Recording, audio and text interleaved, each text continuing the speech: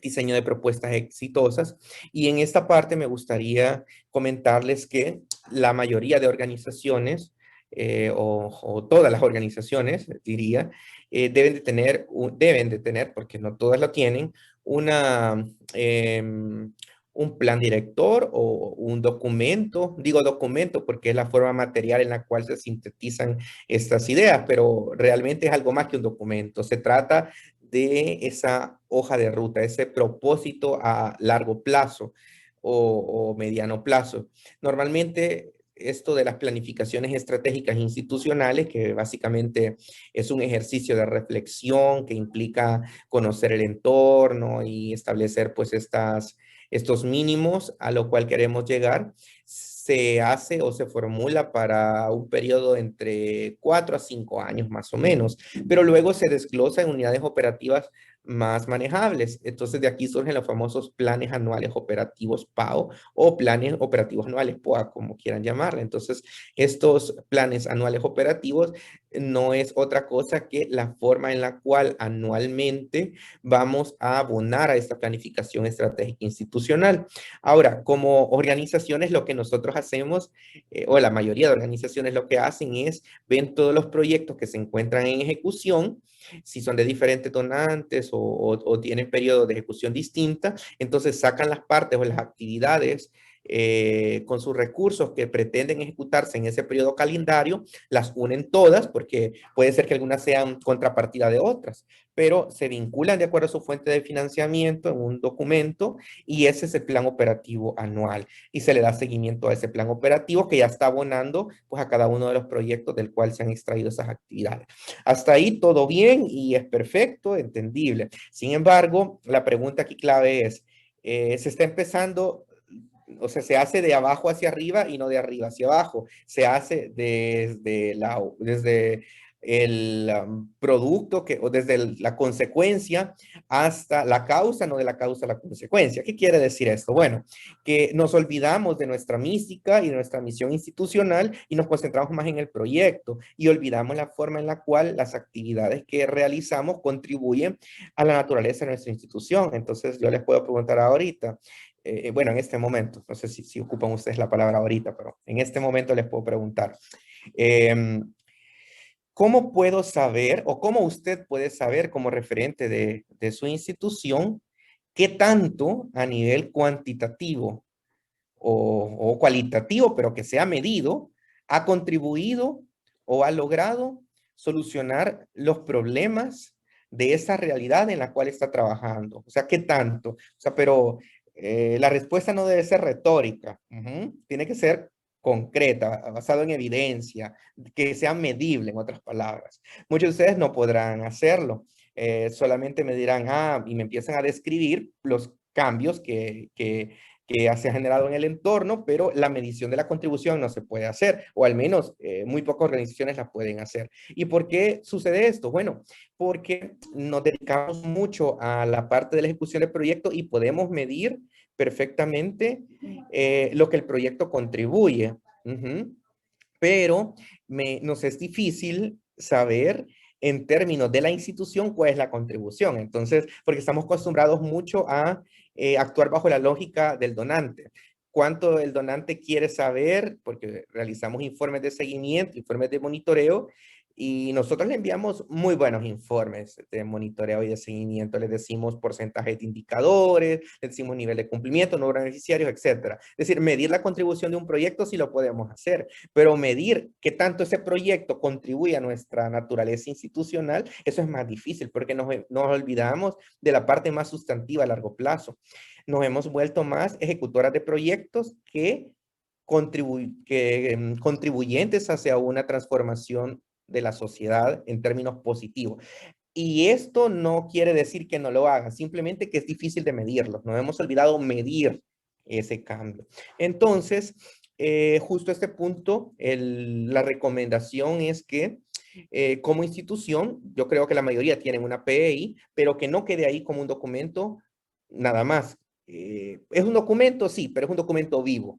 Representa una síntesis de ideales, de perspectivas, de reflexiones, de aprendizajes, etcétera. Entonces, hagamos que eso valga la pena midiendo qué tanto es lo que nosotros estamos haciendo, al margen de que también se midan los proyectos. Una cosa no debe de impedir que se haga la otra. Entonces, ¿de qué manera hacemos ese link? Porque vean cómo dice el tema, planificación estratégica y la gestión de intervenciones. La gestión implica desde la formulación, la identificación, la misma obtención de financiamiento y la realización de la ejecución del proyecto. Entonces, nos quedamos mucho en esta parte del proyecto y nos olvidamos de este ejercicio institucional. Anualmente, muchas instituciones tienen esa práctica de realizar evaluaciones de desempeño o qué se ha hecho y qué no se ha hecho de su POA. Y lo que no se ha hecho, pues lo pasamos para el siguiente año y ponemos ahí, establecemos compromisos claros. Pero pocas organizaciones saben qué tanto se está contribuyendo durante ese año a ese resultado estratégico vinculado al sector del cual trabaja su organización. Entonces, ¿cómo podemos hacer esa planificación estratégica para organizaciones que no la tienen o que cuentan con una referencia nada más? Una referencia vaga. Bueno, nunca es tarde para empezar y de hecho muchos donantes solicitan esa planificación estratégica o los documentos legales, los estados financieros, las auditorías y todo eso como un documento, como requisitos administrativos para optar por financiamiento, pero a veces solo se hace un arreglo ahí a la planificación del periodo que ya había vencido y se dice que esa es la planificación, pero no. Aquí la apuesta es que ese documento realmente refleje este interés institucional de, que lleve en sí mismo sus propósitos de existencia. Hay dos tendencias a nivel internacional. Primeramente, esta reflexión siempre la hago con las organizaciones sociales, principalmente de países de renta media alta. Resulta que países como Panamá ya no son muy atractivos para la cooperación internacional orientada a satisfacción de necesidades básicas. Se entiende que Panamá ya es un país que tiene ingresos pues muy superiores a los países de la región, ya está catalogado en términos macroeconómicos como un país que en principio no requiere cooperación internacional, sino que al contrario, la ayuda que puede recibir va más orientada a temas de transparencia, fiscalización, distribución de ingresos, con todo esto de capacidades instaladas en las instituciones gubernamentales, etcétera. Es decir, es un enfoque más redistributivo de la riqueza que asistencial. Entonces, como organizaciones sociales, ustedes saben que a nivel macroeconómico, a nivel de Producto Interno Bruto y todo eso, no siempre refleja lo que a nivel microeconómico ustedes observan. En todos los países hay pobreza, incluso en los países más desarrollados existe una agudización de pobreza en aquellas personas o aquellos colectivos más vulnerables y que requieren apoyo, que requieren asistencia. Y a pesar de que algunas acciones pueden ser asistencialistas, se trata de aportar a un cambio estructural de esa situación para que no continúe pues el tema de la exclusión. Entonces, ustedes son conscientes que a pesar que no sea atractivo para la cooperación, la necesidad siempre existe. Entonces, como siempre existe la necesidad, ustedes traten de crear un mecanismo institucional que visualice el propósito de su existencia. Entonces, acá en la presentación ustedes pueden observar algunos pasos que están orientados a crear una planificación estratégica institucional. Veamos rápidamente porque sé que esto ya es de conocimiento de ustedes o al menos muchas de sus organizaciones ya tienen un documento de este tipo. Primero, hay que hacer un proceso de reflexión porque la reflexión es importante porque tenemos que saber cuál es nuestra identidad, quiénes somos. Somos una organización que trabaja con temas de niñez, pero ¿qué tipo de temas trabajamos en niñez? Niñez sería el target, el colectivo. Niñez, solamente niñez o niñez y adolescencia.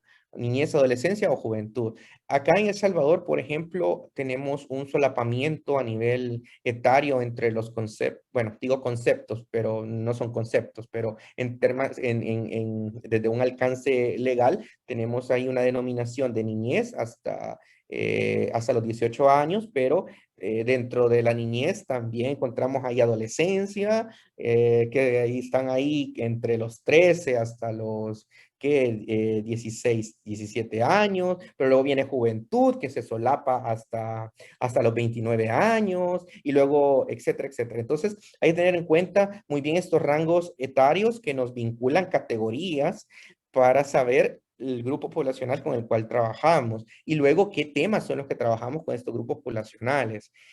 Trabajamos seguridad alimentaria nutricional SAN, trabajamos WASH, que es agua, saneamiento, trabajamos prevención de violencia, trabajamos liderazgos a nivel comunitario, fortalecimiento del tejido social. ¿Qué trabajamos? Entonces, ese proceso de reflexión no quiere decir que cada vez que nosotros hacemos o se vence esa planificación estratégica, renovamos nuevamente, nos vamos nuevamente a nuestras raíces y decimos, vamos a seguir trabajando en este tema, vamos a profundizar qué tanto hemos contribuido. Es necesario ampliar nuestro ámbito de trabajo a otros temas que se complementan entre sí o que tienen una especial vinculación o nos vamos a siempre limitar a trabajar con este sector, con estos temas, ¿ya? Después de hacer esa reflexión, pasamos a la parte a la parte situacional donde estamos. Y acá, una de las herramientas más ocupadas es los famosos FODA o DAFO. Entonces, estos FODAs o DAFOs lo que hacen es hacer una radiografía, una fotografía del momento sobre una dimensión externa, positiva y negativa. Me refiero a oportunidades y, bueno, oportunidades en el ámbito externo positivo y amenazas en el ámbito externo negativo, fortalezas en el ámbito interno positivo y debilidades en el ámbito interno negativo. Entonces lo que hace es cruzar cada uno de estos cuadrantes para saber dónde estamos y cómo podemos hacer estrategias para potenciar la fortaleza, disminuir las amenazas, atender las debilidades, etcétera, etcétera. Entonces, esas mismas estrategias pueden dar la pauta para construir nuestras líneas operativas o nuestros resultados en los cuales en un futuro vamos a construir proyectos que van a ir abonando a esa planificación.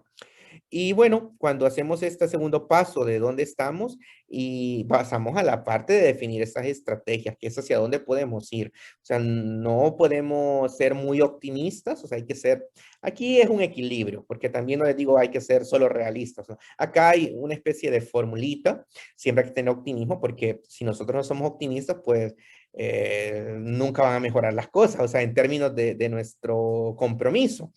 Pero no hay que ser muy, muy optimistas, porque si no, el ser muy, muy optimistas genera frustraciones y las frustraciones no ayudan. Entonces aquí es una mezcla entre eh, diseñar estrategias reales que se puedan lograr, pero añadirle un 20% más, porque siempre hay que comprometernos un poco más. Ahí es a la parte de optimismo. Entonces, de forma concreta, ¿cómo puede verse eso? Bueno, si trabajamos con 7 comunidades de un municipio, nosotros podemos poner dentro de la planificación, si tenemos un interés de ir creciendo en población en el mismo sector, pues aumentar a 8 o a 10 comunidades en el tercer año de trabajo, por ejemplo. O otra opción puede ser que las intervenciones trasciendan el municipio. Ya no solo se den en ese municipio, sino que trabajen en 2 o 3 municipios aledaños, en comunidades identificada de manera estratégica. Entonces, ese aumento de la población o la cobertura geográfica puede ser parte de esta reflexión de hacia dónde podemos ir, siempre siendo realistas, ¿verdad? Y estructurar indicadores que nos permitan medir ese compromiso. Aquí es donde vienen los indicadores de desempeño, la manera como de forma temporal, trimestral, semestralmente, vamos a ir midiendo los esfuerzos para lograr esos compromisos institucionales, porque son esos compromisos institucionales. Ya luego que usted empieza a formular proyectos que hablen o que relacionen estos otros municipios que va a trabajar, esas otras comunidades, porque los proyectos son las unidades en las cuales voy a concretar operativamente todas estas discusiones y estas reflexiones que como institución las estoy haciendo. De esa manera, los proyectos son serviles a la lógica institucional y no al revés. No las organizaciones son serviles a la cooperación internacional. Eso no puede ser. Las organizaciones de sociedad civil no pueden ser serviles a la lógica internacional. Al contrario, los compromisos internacionales de cooperación internacional deben de vincularse, alinearse alinearse a la apropiación de las acciones de desarrollo local. Entonces, a veces nos olvidamos mucho que los protagonistas somos nosotros y no son los agentes de cooperación internacional. Y bueno, después de definir esto de las estrategias, pasamos hacia dónde queremos ir, el futuro lo deseado. Es decir, ese entorno que les he mencionado favorable a largo plazo, ya lo aterrizamos en acciones concretas. Y luego nos planteamos los desafíos porque nada es fácil, siempre van a haber problemas, etcétera, siempre van a haber posibles situaciones adversas y las tenemos que identificar. Y todo esto nos lleva a construir objetivos, resultados, etcétera. Una especie de marco lógico gigante a largo plazo. Para este esfuerzo es que nos ayuda la teoría del cambio, de la cual me voy a referir más adelante. Entonces, los proyectos, ¿cómo se relacionan con esto de la planificación estratégica? Cuando ya tenemos esa hoja de ruta para 4 o 5 años, usted ya tiene su horizonte. Y al tener su horizonte, es decir, ya sabes a dónde quiere ir, lo que va a hacer es tratar de llegar a ese horizonte, cumplirlo. Y la forma de cumplirlo es empezar a gestionar recursos de manera focalizada o puntualizada en esas áreas que desea usted contribuir. Y así es como usted formula proyectos que van abonando esa planificación. Los proyectos no puede formularlos solo porque hay una convocatoria que dice que ese tema es el que tiene dinero para dar. O sea, y eso hacen muchas organizaciones, como las convocatorias. A veces su organización no tiene nada que ver en el asunto, y digo esto porque no tiene experiencia previa en ese trabajo, pero ahí es donde hay muchos recursos. Entonces usted dice, como hay recursos y para mis temas no hay, entonces hay que presentarnos esa convocatoria y vemos de qué manera vinculamos nuestras actividades. ¿Qué le puedo decir yo? Usted está en su derecho de hacerlo, pero tiene aquí dos cuestiones que debe de pensar. Primero, debe de pensar si realmente con esa propuesta usted está contribuyendo a objetivos de desarrollo o simplemente está contribuyendo al financiamiento, a que la institución no se paralice o que se quede sin liquidez. O sea, ¿qué está haciendo? Ocupando la cooperación para mantener vivo el personal, aunque lo que vaya a realizar no tiene un abono a su planificación, a su objetivo, pero siempre hacer algo es mejor que no hacer nada. Entonces, ese es un planteamiento también que se hace. O usted como organización ha visto que sin descuidar y sin desmerecer el trabajo sobre el tema que su organización es experta, ve la posibilidad, bajo evidencia, es necesario ampliarla a otros temas.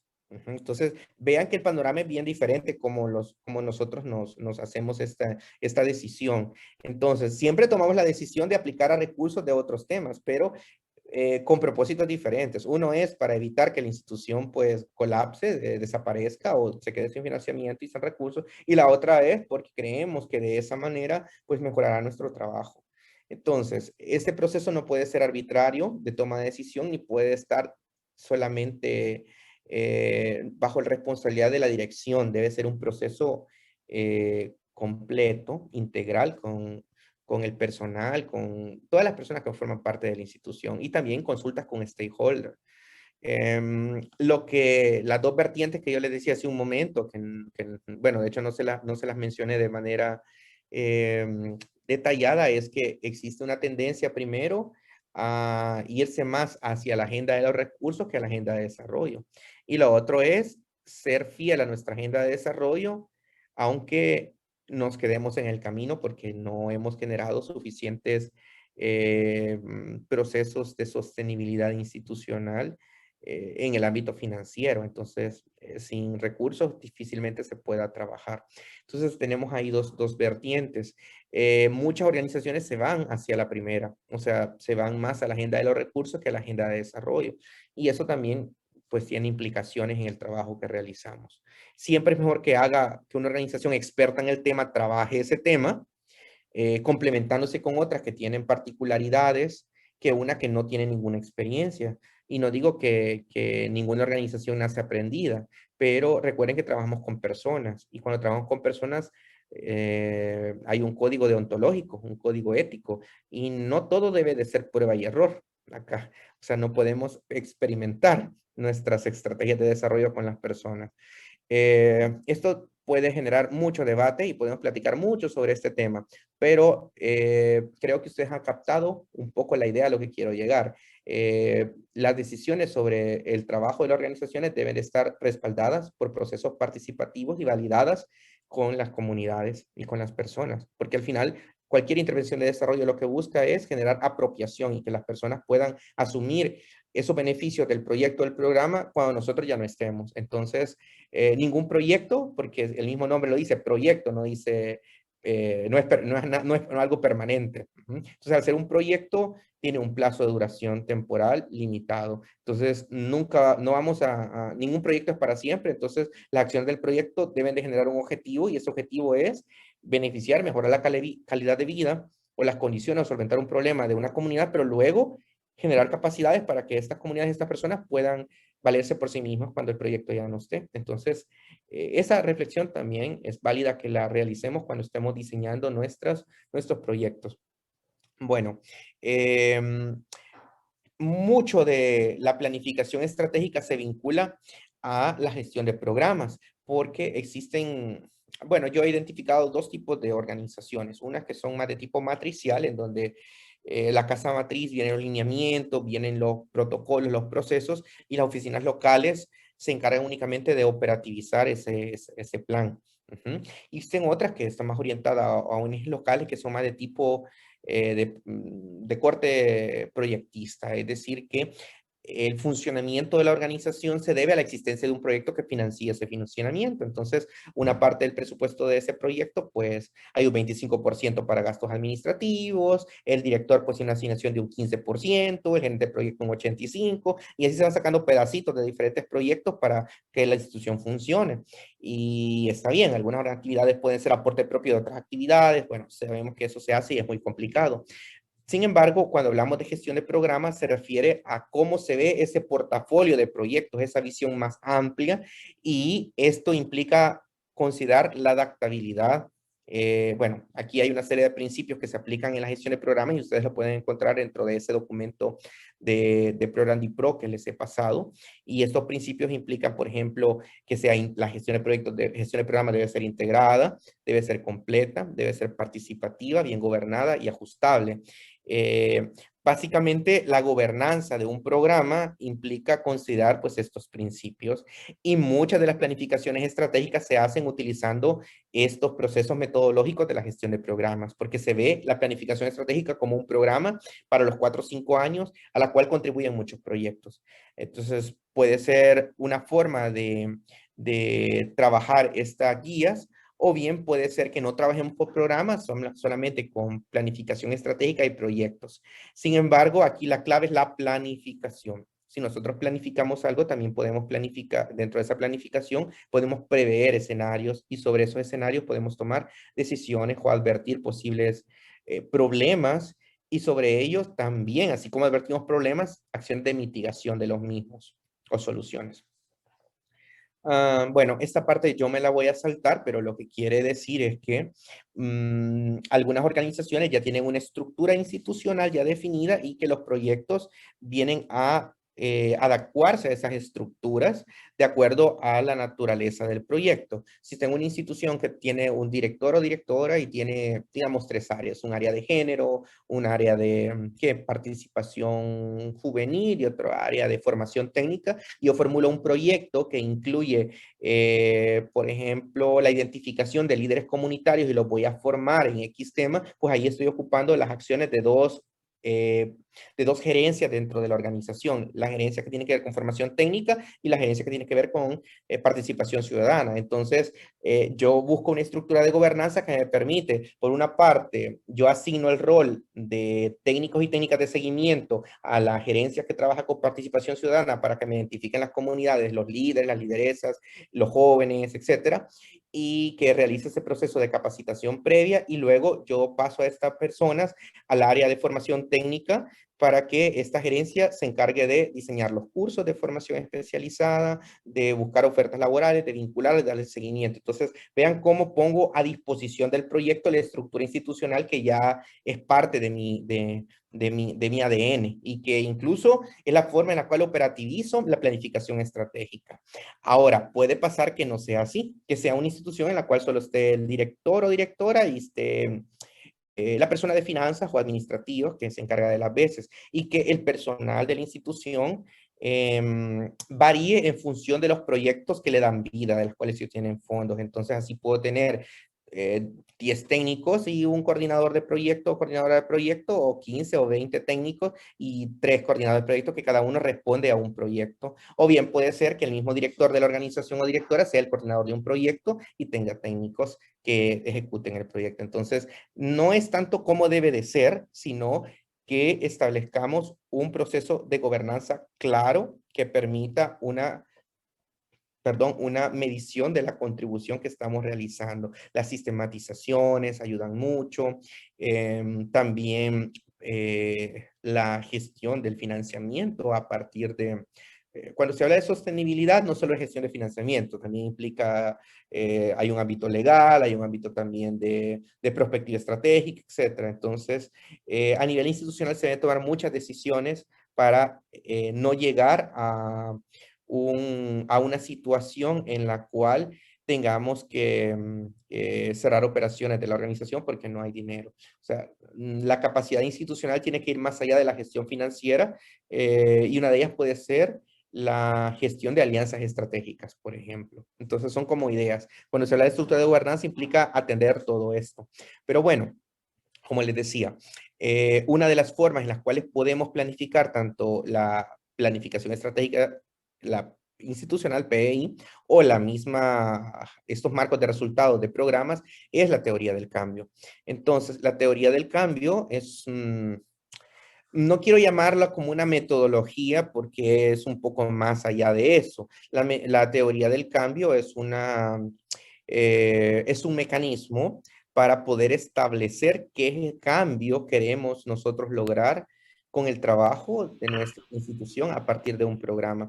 La teoría del cambio no es absoluta en la gestión de programas, también se puede aplicar en proyectos, pero como es mucho más amplia, se aplican de mejor manera en programas, porque la TDC permite hacer cambios durante el mismo tiempo que implica esa planificación. En cambio, usted en un marco lógico se lo presenta a un donante, no va a estar cambiando indicadores a medio proyecto porque no le cuadran el cumplimiento de los mismos y porque como no le va dando los indicadores, pues decide cambiarlos a modo que le dé. Eso no lo puede hacer, usted sabe. En cambio, aquí, en la teoría del cambio, sí puede hacer ajustes, no tanto en el tema de indicadores, porque no se trata de eso, sino de las estrategias. Si usted dice, bueno, hay organizaciones que trabajan con estos mecanismos de transferencias condicionadas. Se llaman PTE, se llama Programa de Transferencias de Efectivo Condicionados, que es un mecanismo de cooperación que se ha ocupado en muchos países. Le doy un incentivo a una familia de ¿qué? $100 mensuales, pero les condiciono a que van a recibir el siguiente o van a recibir esos $100 mensuales a cambio de una serie de cuestiones. Por ejemplo, les puedo poner, esos $100 tienen que ser ocupados para alimentos y para, si es una familia que tiene niños y niñas, pues también para ayudar a los niños que vayan a la escuela, para que tengan sus 3 tiempos de comida. O sea, condiciono a varias cosas que se lleven a los controles de salud. Entonces, al siguiente mes, para poder recibir esos otros $100, las familias deben de llevar pues las pruebas de que lo están ocupando esos $100 del mes anterior en esos temas. Y en función de esa documentación o de ese soporte, pues se sigue entregando. Esas son como transferencias condicionadas. Pero para poder aplicar eso, yo anteriormente, desde el equipo del programa o de la institución, pues he hecho todo un análisis.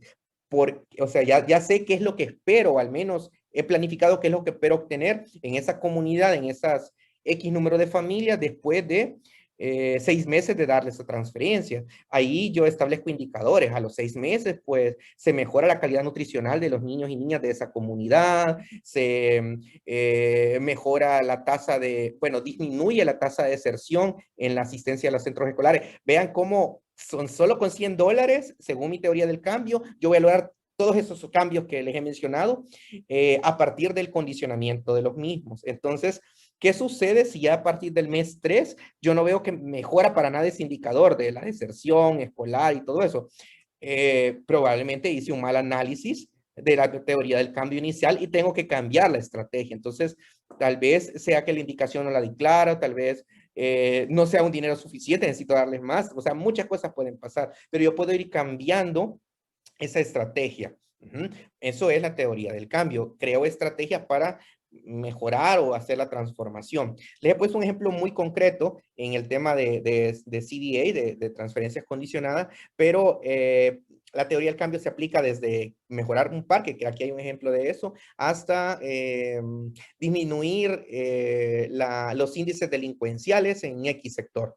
O sea, yo soy una ONG que trabaja en temas de prevención de violencia y veo que esta comunidad, pues, una comunidad de las que trabajo, está aumentando estadísticamente el número de asaltos, el número de la inseguridad, etcétera. Entonces yo creo una estrategia, bueno, muchas estrategias en mi teoría del cambio para que aumente los niveles de seguridad. Entonces va desde alambrado público, va desde crear espacios de esparcimiento, una red de vecinos y vecinos. O sea, creo muchas estrategias porque creo que todas ellas me van a ayudar a eso, pero cada estrategia lleva un producto concreto, un producto medible. Y si alguna de estas estrategias pues no me va generando ese producto, pues la voy cambiando.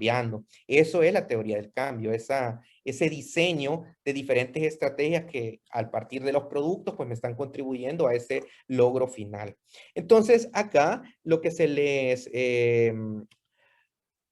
el objetivo principal de mencionar la teoría del cambio es que ustedes puedan aplicarla y que sea una herramienta de análisis en el desempeño, en el desarrollo, en su visión y misión institucional. Si ustedes no lo ocupan, este es un momento en el cual pueden ocupar. Muchas ONGs internacionales que trabajan en nuestros países, eso es lo que ocupan una TDC a nivel de país para medir el nivel de impacto de contribución que están haciendo en esas sociedades. Entonces, permiten ir cambiándola y a partir de esos cambios, así pueden ir cambiando también las asignaciones financieras a las ONGs locales a las cuales apoyan. Entonces, si ven, por ejemplo, que la teoría del cambio está siendo un poco flojita en algunas cuestiones, pues ahí se les incorporan otras estrategias, se cambian de socios, etcétera, etcétera. Todo eso es también parte de esta teoría del cambio, pero no es algo exclusivo de estas ONGs internacionales o desde una visión así de organismo multilateral, no. La verdad es que la teoría del cambio es un mecanismo, una herramienta, una metodología que usted como representante de una ONG local perfectamente puede aplicar.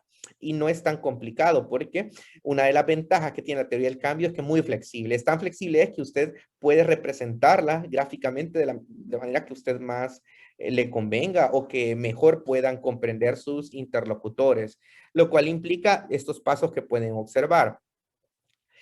Poner foco en los impactos a largo plazo, identificar los enlaces causales, revelar supuestos ocultos y no previstos, basar la estrategia en evidencia, y esto es un punto al que haré mención al terminar este slide. Y permitir trazar metas para ser más realista, aclarar responsabilidades y acordar con una misión común sobre las estrategias a aplicar. De manera vertical, ustedes pueden ver una especie de símil de la lógica vertical de un marco lógico, de una materia de planificación de proyecto, en donde el impacto arrojaría un objetivo general y un objetivo específico, directo e indirecto, luego resultados, productos, estrategia de ejecución que incluirían las actividades. Y en cada uno de los enlaces de consecución, pues encontramos supuestos y riesgos, supuestos que son hipótesis o posibles escenarios que deben de darse para que deben de estar ahí para que se pueda generar el resultado del producto y los riesgos que deben de también tenerse controlados y si no se controlan pueden afectar. Y luego la medición correspondiente, todas esos indicadores en diferentes niveles. UNICEF, que es una organización que en lo personal pues reconozco que tiene un gran trabajo en sistematizar y también en buenas prácticas sobre teoría del cambio, recomienda estos pasos que están acá. Claro que ustedes pueden ocupar otros, ¿verdad? Teniendo en cuenta los elementos que anteriormente les mencioné. UNICEF dice que el primer paso para hacer una teoría del cambio es identificar el cambio, pero para identificar el cambio, o sea, ese paso uno, hay un paso cero, y el paso cero es saber cuáles son los problemas. Si no sabemos cuáles son los problemas y necesidades, no sabemos qué queremos cambiar. O sea, no podemos cambiar algo que está, bueno, si algo está pasando, si algo está sucediendo, si algo genera buenos resultados y todo, lo lógico es que no lo queremos cambiar, pero puede pasar que sí. Por eso no es únicamente una variable determinante. La variable determinante es que existe un problema o una necesidad que se quiera solventar o un problema que se quiera solucionar. Eso es determinante. Cuando ya tenemos esa necesidad que se quiera solventar o ese problema que se quiera solucionar, pues podemos identificar el cambio que correspondería a solucionar ese problema y mejorar esa realidad. Entonces, identificamos el cambio y luego vamos a hacer una técnica que UNICEF llama cartografía inversa, que básicamente hacemos,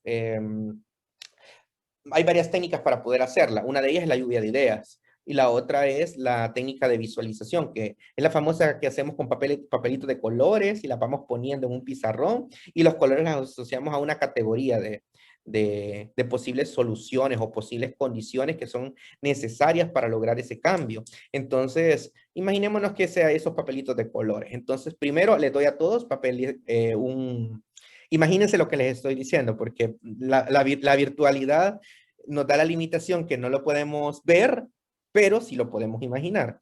Imaginémonos entonces que estamos ahorita todos y todas en un círculo así grande, en un salón, y yo estoy ahí facilitando en una gran pizarra y les digo, miren, tenemos un problema en este barrio, sí creo que este barrio, porque ha aumentado los niveles, bueno, hay un mayor número de ocio de jóvenes que están ahí y algunos de ellos pues están en actividades pues ilícitas, están ahí asaltando, han aumentado los hurtos, los robos a mano armada, etcétera. Entonces tenemos ese problema y todas las organizaciones que aquí están presentes pues trabajamos temas de prevención de violencia y qué está sucediendo, ¿verdad? Entonces ahí yo estoy facilitando el paso cero, nada más. Estoy tratando de poner ahí el problema. Ya me dicen ustedes, sí, la verdad es que trabajamos este tema y vemos ahí que es una comunidad en ese barrio que hemos desatendido por muchos años, también, no solo a nivel de sociedad civil, sino que también no hay una cobertura real de parte de las autoridades en ese barrio, no hay programas sociales, no hay nada, los jóvenes tampoco tienen oportunidades, entonces esto ha creado dinámicas de ocio, pero luego el ocio trasciende a acciones delictivas porque necesitan obtener recursos porque al no haber oportunidades ni laborales, ni de empleo, ni ningún tipo de oportunidad, necesitan obtener recursos y la forma más inmediata pues son estas actividades de coerción y delictivas, etcétera. El robo de pertenencias y luego las venden al menudeo en el mercado negro, etcétera, son formas de ingreso. Entonces, hemos identificado ahí algunas posibles soluciones y es la explicación del por qué sucede también. Obviamente, no solamente el tema económico, ahí hay un tema sociológico y también psicológico detrás de este proceso. Pero como lo hacemos en un taller donde existen muchas opiniones profesionales que trabajan todos estos temas y de diferentes también disciplinas del campo de conocimiento, este abono que dan con la lluvia de ideas ayuda mucho porque se da una perspectiva mucho más amplia. Y bueno, eso es el paso 2. Permítanme que ya está dando el sol por acá. Bien, entonces, ese es el paso 2. Ahora pasemos al paso 3. El paso 3 es identificar la vía. Como hemos encontrado todas estas situaciones en las cuales podemos brindar soluciones, eso es la cartografía inversa. Entonces yo les paso hojas de papel bond blancas y ustedes escriben todas esas posibles acciones para lograr ese cambio, que sería mejorar las condiciones de seguridad y todo eso. Entonces yo recojo todas esos papeles en blanco, esas páginas de papel bond, y las empiezo a revisar y las empiezo a clasificar aquellas que se parecen o que tienen que ver con lo mismo. Entonces, y voy creando grupos. Entonces las voy poniendo porque no solo lo tengo que hacer yo, sino que también ustedes tienen que ver que lo estoy haciendo, porque hay un proceso también de transparencia y de retroalimentación, porque es iterativo, es un proceso iterativo. Entonces, yo voy poniendo en la pizarra una primera columna, todas aquellas que estrategias que ustedes sin consultarse entre ustedes han dicho. Luego otra columna con otras que se parecen, que están vinculadas, luego con otras, con otras, con otras. Y cuando ya están así, yo les pongo ya un color a cada estrategia y veo cuáles esas estrategias requieren, o sea, tienen que ver en términos causales o estrategias que requieren de esa misma estrategia, pero desde un punto de vista más complejo. Por ejemplo, ustedes me dicen, miren, hay que darles becas en una, ¿verdad? Y en otra dice formación técnica y en otra dicen apoyo para inserción laboral o algo así. Entonces veo que de alguna manera están vinculadas porque yo les doy una beca en un tema formativo porque la idea es capacitarles, pero con la capacitación, si no la pueden aplicar, lo que voy a generar en ellos es frustración, porque incluso es peor, porque les doy algo para que puedan ellos mejorar sus competencias, pero no existe una forma en la cual la pueden aplicar. Entonces eso genera mayor desilusión, frustración, etcétera. Entonces voy linkeando todas aquellas estrategias que se vinculan a la formación y luego esa las voy a ir relacionando con la intermediación laboral por una parte, pero alguien me dice, mire, pero mejor ayudemos a que pongan un negocio, veo que si hay iniciativas de emprendimiento, entonces después de esa parte de formación, pues voy vinculando también el tema de empleo y autoempleo. Entonces el joven tiene ahí dos opciones, pero luego alguien más me dice, mire, hay que darle un acompañamiento psicológico porque cada joven tiene una realidad distinta y puede ser de que detrás de esa situación, pues hay una historia de vida que podamos nosotros gestionar desde otro punto. Entonces, ya con todas esas ideas, yo voy armando un muñeco. Y el muñeco me dice que primero tengo que hacer una identificación de la población, luego a los que requieran, después de un abordaje mucho más completo, pues puedo requerir atención psicológica, un bloque común, y luego un acompañamiento hacia formación técnica, y luego de la formación técnica recibida, ellos tienen dos opciones, o poner un negocio, o sea, autoempleo, o vincularse laboralmente, empleo, intermediación laboral. Entonces vean cómo yo voy armando mi teoría del cambio, porque al final lo que quiero es disminuir los niveles de violencia, pero al mismo tiempo esto me ha generado otros efectos alternativos, efectos que implican un cambio de vida en estas personas que van a ser objeto de la intervención, mejora de sus ingresos, un cambio actitudinal. Entonces el mismo programa o proyecto, depende de la envergadura, me está generando efectos positivos colaterales que los que estoy midiendo. Entonces inicialmente yo quería solo disminuir la violencia, pero no solo logré eso, sino que logré una mejora en los ingresos y la calidad de vida de estas otras personas y también un proceso de réplica. Entonces para eso es importante tener una teoría del cambio, porque todos esos efectos colaterales deben ser medidos también, no pueden ser producto de aspectos circunstanciales, de un accidente. O sea, por accidente esto salió esto, pero qué bueno que salió positivo, ¿verdad? Entonces, no, también se tiene que medir, porque de esa manera contribuimos en una medición mucho más amplia.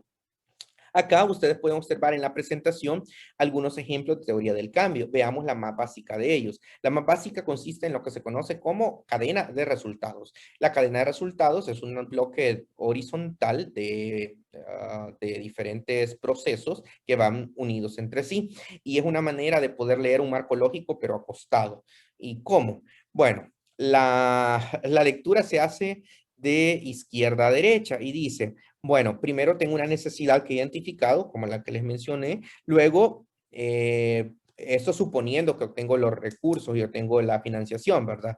Me permite tener una serie de insumos y esos insumos, que son recursos, pues me sirven para hacer actividades. Esas actividades me van a permitir productos concretos. Esos productos me van a arrojar resultados intermedios y esos resultados intermedios pues van a llegar a resultados finales que me abonan a un impacto. De esa manera, esa cadenita que está ahí me permite lograr el resultado deseado. Pero realmente no es tan sencillo como aparece la cadenita, porque no solamente logramos un solo resultado, logramos muchos. Y acá no les he vinculado los posibles escenarios adversos. Entonces, una teoría del cambio debe ser un poco más compleja, como la que están viendo, que aún así es simple, pero ustedes ven que hay otras variables. Lo interesante de esta cadena, de esta teoría del cambio que están observando, es cómo un mismo resultado puede abonar a diferentes resultados de manera positiva, por lo cual podemos observar que la necesidad acá es que hay pocos espacios públicos, hay poca interacción entre vecinos, hay una percepción de seguridad en el barrio, hay baja satisfacción de calidad de vida de las relaciones familiares, hay espacios deteriorados, espacios públicos, hay hábitos no saludables en tiempos de ocio, hay mala salud, etcétera. Básicamente se trata de un parque, en un parque que es colinda con algunos barrios y que el parque esté de manera desestructurada, que esté abandonado, que sea un predio baldío, pues está dando muchos problemas. Entonces acá el proyecto se va a tratar de revitalizar el parque y que a través de esa acción concreta, revitalizar el parque, eso me va a abonar a solucionar muchos otros problemas. Imagínense, cómo con solo revitalizar un parque y haciendo toda una estrategia de apropiación con las personas, me va a dar otros beneficios. Entonces, de eso se trata esa teoría del cambio, de explicarnos que voy a requerir, primero, apoyo del sector privado. También voy a requerir, bueno, identificar cuál es el ámbito de intervención, en este caso, pues el parque, el predio baldío. Voy a requerir apoyo de la comunidad y si tengo apoyo bueno, no sé si en Panamá es alcaldía o ayuntamiento, pero supongo que son las entidades, los gobiernos locales más cercanos a la población. Entonces tengo referentes del gobierno local que me van a apoyar. Entonces ahí ya tengo mis insumos. Entonces voy a trabajar las actividades y voy a trabajar entre las actividades. Tengo ahí reuniones con el personal, tengo ahí campañas para recolectar basura, para pintar, he vinculado a los líderes de la misma comunidad, he hecho que los vecinos participen entre ellos y al final voy a involucrar a estos vecinos para que también ellos construyan el parque. Eso es bueno porque cuando uno es partícipe del proceso, también uno lo cuida más. Es como cuando nosotros invertimos algo, por ejemplo, en nuestra casa o algo, eh, pues como nos cuesta y aparte pues eso es dinero, etcétera, está muy pendiente que se valore. Entonces, bajo este principio es, si las mismas personas colaboran, las mismas personas de la comunidad colaboran en restaurar el parque, pues ellas mismas le van a cuidar porque les ha costado restaurarlo. Entonces, teniendo esa hipótesis ahí como punto neurálgico, pues incorporo estas actividades de restauración a los mismos vecinos y esto va a empezar a dar resultados intermedios. ¿Cuáles son esos resultados? Pues al restaurar el parque, al vincular a los vecinos, pues ellos van a utilizar más las instalaciones, los vecinos se van a organizar para prevenir el crimen, los vecinos socializan más, o sea, se ocupa como un espacio también un espacio social de dinamización de la comunicación, se ocupa alambrado público porque al revitalizarse también hay mayor tema de alumbrado y hay mayor mantenimiento, embellecimiento de la comunidad y esto nos va a dar otro resultado, ¿verdad? Va a abonar a reducir los delitos, al mejorar las relaciones entre los mismos vecinos, el tema de salud también, porque bueno, el parque era un tiradero de desperdicios, entonces pues era un foco de infección en la misma comunidad, con moscas, mosquitos, ratas, etcétera. Entonces, al estar ahí, pues ya va a disminuir esos vectores de enfermedades y vean cómo los resultados finales implican ya una menor percepción de inseguridad, un aumento del capital social en la comunidad, una mejora en la salud mental y física, un aumento en el valor comercial de las casas, porque cuando algo está bonito y etcétera, pues aumenta la plusvalía. Los barrios que son más peligrosos y que están en condiciones de mantenimiento, pues la plusvalía no es tan alta como en los que sí. Y eso contribuye a un espacio sostenible. Bien, entonces esto es un ejemplo de la teoría, de una teoría del cambio. Ahora, puede pasar que ustedes observan cómo las líneas de color rojo se interconectan entre ellos. Quiere decir, un mismo producto puede conectarse con varios resultados. Por ejemplo, acá el hecho que el personal de diseño se reúne con la comunidad, eso abona a que los vecinos se organicen, a que se socialicen más y que trabajen en temas de mantenimiento. Una misma actividad contribuye a varias. Un mismo producto contribuye a otros más, a resultados intermedios. Entonces, no es únicamente esta visión lineal de un solo producto contribuye a un solo resultado. No, en una teoría del cambio mucho más compleja, podemos observar cómo las estrategias están vinculadas entre sí y contribuyen en diferentes niveles. Bien, ahora, ¿cómo se aplica la teoría de cambio en evaluaciones? Las evaluaciones pueden ser internas o externas. Normalmente las que encargan los donantes, las que se hacen en el marco de proyectos y programas son externas y aquellas internas son más las que se vinculan a planificaciones estratégicas, a evaluaciones de procesos, a evaluaciones de desempeño, de personal, etcétera. Lo cierto es que la teoría del cambio en las evaluaciones nos ayuda a ocupar un marco esperado sobre la valoración que se hace de la intervención. Entonces, el consultor o consultora contratado perfectamente puede ocupar una teoría del cambio para verificar el grado de cumplimiento de su proyecto al impacto que se ha previsto obtener. Entonces, es una herramienta también que nos permite medir el horizonte. Ahora, también es necesario que tengamos en cuenta cuáles son los niveles que la evaluación comprende en función del monitoreo. Un monitoreo llega únicamente a un nivel de actividades y productos, un poquito los resultados, pero nada más. En cambio, la evaluación abarca todo, desde eso que abarca el monitoreo hasta los objetivos, los resultados finales, los objetivos, el impacto, la sostenibilidad, y la evaluación es puntual. Se realiza en diferentes momentos, pero es puntual. Puede ser de tipo ex antes, como tipo diagnóstico. Puede ser intermedia o evaluación de medio término o midterm evaluation, que son las evaluaciones que se hacen a la mitad. O pueden ser evaluaciones finales o evaluaciones ex post o llámese también evaluaciones de impacto que se hacen ya muchos años después de haber terminado el proyecto para ver qué tanto ha contribuido, ¿verdad? En ese sector lo que se hizo.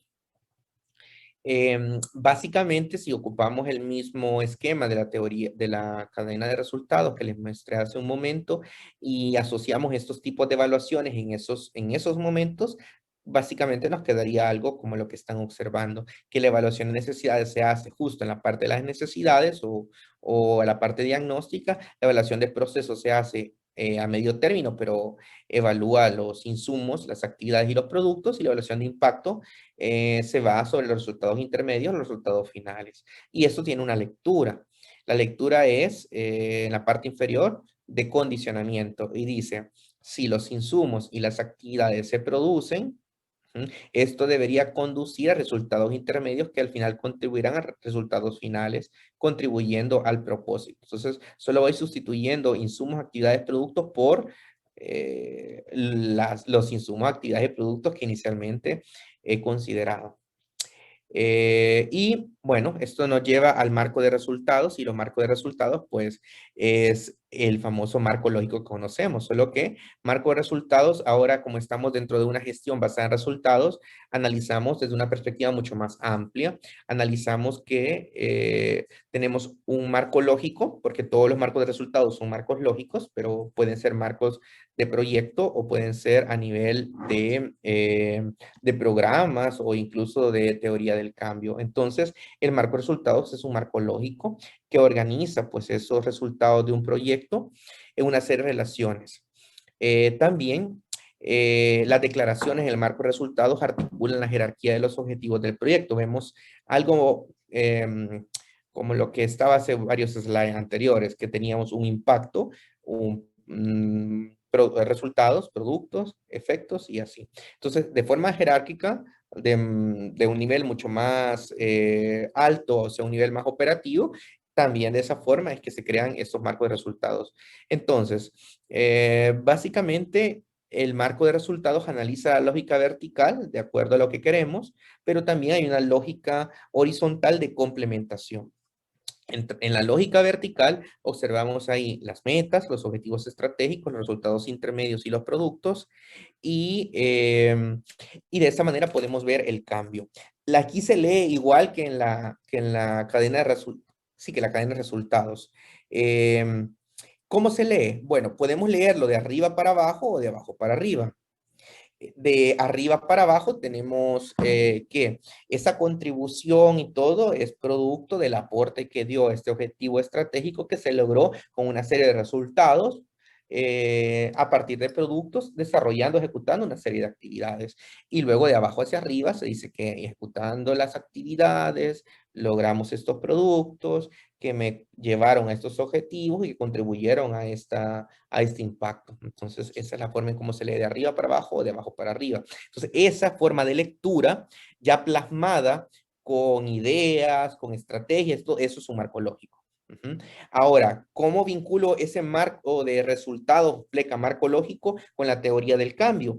Muy fácil. La teoría del cambio es, es el análisis de un marco lógico, de un marco de resultados a un nivel de programas. Es así de sencillo. Lo que sucede es que la teoría del cambio es la estrategia que me dice ya de forma, normalmente la visualizamos con un esquemita, pero ya en el marco de resultados no va en ese esquemita que vimos, no va en esas flechitas que van uniendo, sino que va a través de una matriz y ya la voy describiendo con un indicador, ya la voy poniendo en orden. Entonces, es la forma de interpretar operativamente esa dimensión mucho más estratégica, mucho más amplia que tenemos de ese mismo marco de resultados. De esa forma vinculamos la teoría del cambio con el marco de resultados. Es una forma de manifestación y de presentación a nivel de programas o de proyectos, si saco la parte más operativa que quiero yo plasmar. Por eso ustedes en el esquema pueden ver a nivel de colores y de flechas la contribución entre el cambio a largo plazo con las metas,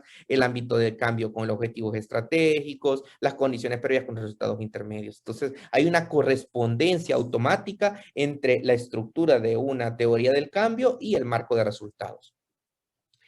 Y por último, de la primera sección, paso a los perfiles de proyecto. Y la idea acá es, correspondía que les explique nuevamente el perfil, pero no lo voy a hacer porque lo hice justo al inicio. Entonces acá la idea es que ustedes puedan tener